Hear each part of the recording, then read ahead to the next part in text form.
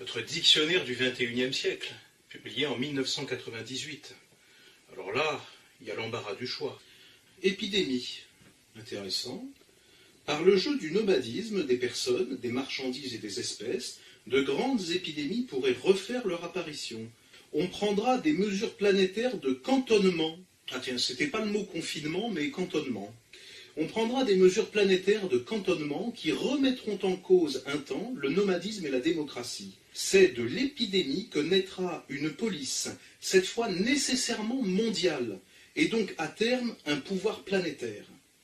Ah tiens donc, un pouvoir planétaire naissant d'une épidémie et de l'instauration d'une police mondiale. Ah tiens, page 211, vous parlez de la thérapie génique. Dès 1998. Panique, moteur du marché et de la démocratie.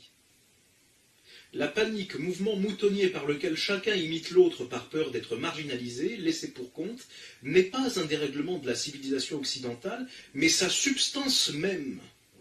Quel visionnaire! Ah tiens, l'article prévention est très intéressant.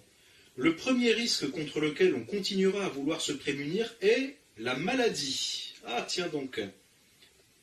La prévention envahira toute l'existence. Ah, j'aime beaucoup l'article République. Reste surtout à inventer une république sans territoire, hors les murs, diasporique. Tiens, revenu. Toute personne aura peut-être un jour droit à un revenu décent payé par l'État, indépendamment de toute activité. Le revenu universel. Oh!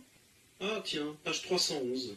Plus de la moitié des travailleurs ne seront plus salariés. Le télétravail représentera la moitié des emplois. Oh, bah ça alors, comment avez-vous pu écrire un livre dans lequel vous parlez d'un virus lié au nomadisme qui permettra l'instauration d'une police mondiale, d'un gouvernement mondial, de thérapie génique, de nanotechnologie?